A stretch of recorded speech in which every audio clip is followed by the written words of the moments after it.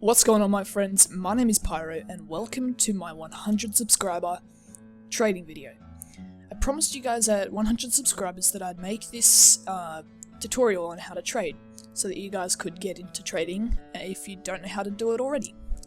So today you're going to learn how to get some metal, get some keys, well not really keys, but get some metal, get some more items so that you're feeling a bit more wealthy in TF2. If you need to look back on anything I say, there's a menu in the description, so you can just click it and it'll take you to the section that I'm talking about. So what is trading? Well, are you sick? If you're sick of looking like a, free-to-play looking noob, well, and you want to look like this, well, you're gonna need something called metal, which I'll explain in the next section. So trading in TF2 is when somebody is basically like shopping. You can have shops. So if you're selling something, you're a shop owner. If you're buying something, you're the shopper. So basically, you want to use good manners and patience, and don't skimp out on any communication. Trading in TF2 is also a fun way to make profit, and maybe one day you don't want to play TF2 anymore, you can go sell your backpack for real life money, which is pretty good. So I'll talk about currency now. So currency, so there's two types, well, there's metal and then there's keys and other various items. So metal is basically a weapon equals half a scrap, because 2 weapons equal 1 scrap. 1 scrap equals 0.11. A reclaimed, or rec, is 0.33. A refined, or ref, is 1.00. So basically, scrap metal, 9 scrap equals 1 ref, 3 reclaimed equals 1 ref, and 1 ref equals 1 ref. So if somebody's selling a hat for 1.77, they're selling it for 1 ref, 2 reclaimed, and 1 scrap. And the next type of currency that I want to talk about is keys.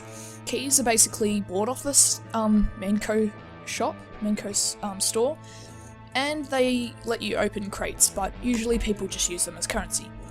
There's also promos. This includes bills, hats, buds, max heads, stuff like that. Things that are obtained from playing the game, from playing not only TF2 but other games early on, back in 2011, that sort of time. So they're pretty rare, but still you can obtain them by a lot of work. Next thing I want to talk about is item qualities. Now, item qualities are very important to know because there's a big difference. Also, I've seen a lot of new players saying, say they've got a weapon that is level 90. They think that because it's level 90, it's more valuable than, say, a weapon that's level 5. Weapon levels don't really matter. The only levels that matter to some people are hats and stuff, like level 99 and level 100 and stuff like that. That might matter to somebody, but to me it doesn't really matter. Anyway, I'll start. I'll start by saying unique items are fairly basic items. They're probably the most common items. These can be found in weapons, hats. Basically, just taunts, basically everything, even keys are unique. Just because it says unique, it's not really unique, it's just normal, sort of average quality. Next one I want to talk about is strange. Strange basically counts your kills, you can apply strange parts to it.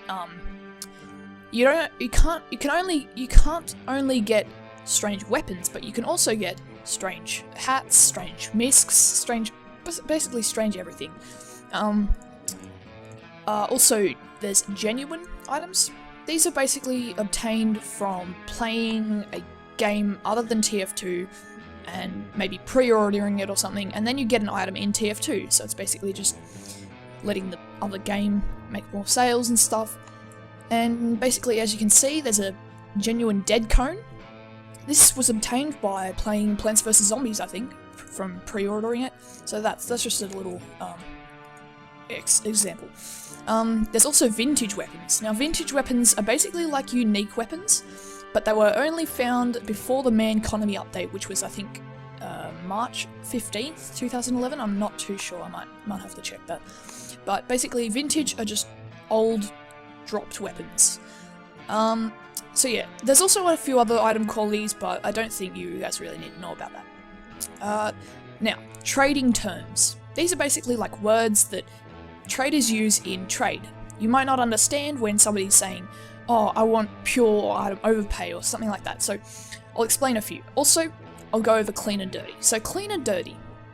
Clean basically clean basically means it's craftable. It's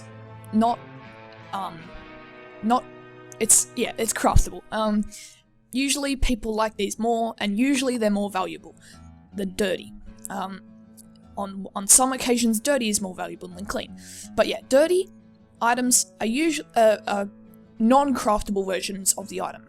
So, for example, I don't know, you have your Eternal Award that's dirty. This is worth a bit less than a clean version. But when it comes into hats and stuff, the difference between a clean and a dirty hat could be up to a ref to more than a ref. But usually clean items are more valuable. Pure? Pure is a term often used in trading. It's basically a term to explain, basically if you're selling an item and you want pure, you only want metal. You don't want hats, you don't want strange weapons, you just want pure metal because that's what you can then buy other things with. Item overpay, on the other hand, is basically like saying, I want overpay because then I can make a little bit of profit from... So say you're selling a hat for 1.33 pure or 2 ref item overpay. Now you might be wondering, why would they want two reclaimed or 0.66 more than what it's actually worth? Well, they're going to have to go and sell these items to make either 2 ref or 1.66 depending on how well they go. So it's basically just because they might not be able to sell it, they don't really even want the item, it's just a way to buy something with items. Usually people sell things for pure, and sometimes people get a bit mad if you're offering items. Next thing I want to talk about is advertising. Now, there are 3 sites I want to go over. tf2op.com, tf2tp.com, and bazaar.tf. Now, tf2op.com, otherwise known as Outpost, is basically a very popular site, really easy to use, simple design, and you can check your backpack, check your trades, you can also check bookmark trades, you can add new trades, and you can also view streams from Twitch also. TF2TP, on the other hand, is a little bit more confusing. It's not as popular anymore, and it's just very basic, and it doesn't look very nice, and it's hard to operate as well, in my opinion. Bazaar.tf is one of the newer trades websites. It features a nice design, clean design, and basically does everything that TF2OP does, bar the streams and everything like that. I think TF2OP.com or Bazaar.tf are probably the ones to go for. In my opinion, I like to use Outpost as it is simple, and I used to have premium on it, but no, I don't, it ran out. Anyway, next thing is price checking. This is important. If you're wanting to buy an item, you want to price check it so that you're not underpaying or overpaying. It's most important part of the video. So price checking. I like to use backpack.tf. You can also use Spreadsheet, but in my opinion, backpack.tf is the best one. A lot of people don't like it because it's community based and everything, but I don't really mind it. So there's a price list, or you can just search in the top your item that you want to pay or buy or something. You can also click on it and it'll show the sellers of those items. You can also go into your backpack and hover over every single item, and it'll show you a price if there is one. So, next thing I want to talk about is trade servers. Now, trade servers, you don't have to use them, but I really do like to use them, and it builds your reputation on trade servers. So to find them, you just go into your Steam, go into your tier 2, go to servers, and just look for trade servers. If not, just search in the bottom search bar, TRAD. I usually don't put the E on the end because servers might be trading servers or trade servers, so it leaves it a bit more open so you can find them easier. So what not to do and what to do. Don't go on there, say you're selling things, trade me now, that sort of rubbish. What you wanna do is you wanna precisely name what you're selling, or the general idea, and say please trade me. Remember to be polite. Say somebody's selling an item that you want. First of all, you would want to trade them. So you go press escape, go to items, and you should see a little icon. Click it and select current server, and select the player that you want to trade. When you open the trade, make sure you price check the item that you're buying, and remember to use manners. As you can see, I'm saying hello and greeting them nicely. So next thing you really need to know in order to make profit is trading methods or techniques. Now, this is the part of the video that sets other trading tutorials a bit different, because I'll talk about a few of the trading methods and techniques that you can use in order to make profit. Remember to use manners when trading, also because it basically if you want to haggle a bit of a price down, the best way you're going to get the price that you want is using your manners.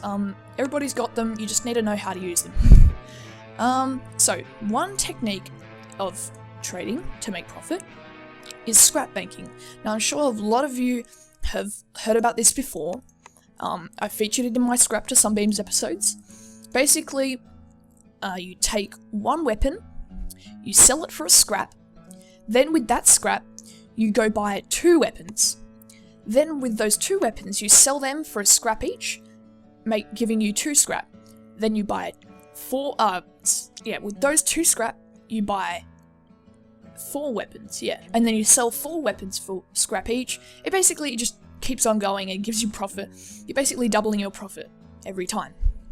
Next, when you've built up enough profit, maybe about a ref or so, you want to start hat banking as well as scrap banking. Most hats are about 1.33. This can differ from hat to hat, but most of them are 1.33. Make sure you check the price of them, but usually they're 1.33, and make sure you're buying craftable ones. You go onto a trade server and say buying craft hats for 1 ref. Now, because they're 1.33, you're making a rec profit. Now, if you can't buy them for a ref, maybe buy them for 1.11, which is 1 ref and 1 scrap. And if you can't, just make sure you're buying it for at least 1.11. Then you go sell that hat for 1.33. If you can't sell the hat, go on to scrap.tf. Now this is where you can sell the hat to the bot for 1.22. With you scrap banking and hat banking, you're making about a scrap to 1 rec every time you make a trade. So this is really, really important to do, because it'll build up your metal supply and allow you to start quick buying. So what quick buying is basically you bundle hats together. Say you go onto trade servers and you say buying all hats and masks for discounted prices. Now somebody might have maybe 5 hats that they want to sell, or a variable prices or so. And say you go price check all these hats that the person's given you, or in the trade, and say it equals 1 key. Remembering to use your manners, you might try to haggle him down to about 4 ref to 5 ref, depending on the key price at the current time. At the current time, it's about 7.33, which is 7 ref and 1 rec. So you're making a lot of profit every time you do this, and just go sell, then buy that hat or hats for a discounted price, and then sell it at the normal price. Therefore, you're making profit. After you have a lot of currency and metal, you want to start unusual quick buying. Now, if you don't if you don't think you're going to get up to this part, you probably will in the distant future. Quick buying, unusual quick buying is basically when you're looking for quick sell unusuals. This is basically like, say there's an unusual worth 15 keys, you'll buy it for about 10 keys, therefore making 5 key profit. The saying, you need money to make money, is very, very true, because it is true, because the more money you have, the more profit you'll make. So, order of operation, remember, scrap banking at first, until you have enough money to hat bank. With 2 flows of income, you'll be making a bit of profit, then start quick buying. You can probably leave scrap banking and hat banking alone, and just make sure you're quick buying. And after quick buying for a while, start unusual quick buying. So, one of the last steps I want to talk about is what to look out for when trading. So there's a few things you want to look out for, one of which is scammers. Scammers will basically try and get your item, saying that it's maybe not as, well, say there's, because there's Australian weapons. These are basically gold weapons. I know somebody who got scammed from buying an Australian weapon just because the rocket launcher was called Australian rocket launcher, just by renaming it. Now, you just gotta look out for these things, and after you'll definitely get scammed in your lifetime if you haven't already. I knew I did, and I've learned from that. So it's just a learning process that everybody will probably, run into. Next thing is sharkers. Now, they're not sharks, but basically sharkers are usually experienced players trying to get unexperienced players' items. So say somebody has a bud, and they're a fairly new player. They just started playing after getting the bud from when they bought. Buds are obtained from playing TF2 on a Mac before a certain date. So maybe they play the game way back, and then they're starting to play it again. The sharker might see that he has a bud in his backpack, and he will say, why do you want to wear a bud when you can wear 3 hats? A bud, it's not very visible, and when the player sees the cool shiny hats, he's going to probably take them. Now, this can be applied to unusuals as well, and you just got to look out for not only you, but other people maybe in the server, and whatnot. So just make sure you're looking out for sharkers. There's also another thing that you should look out for and that is fishers. Now, not F-I-S-H, but P-H-I-S-H.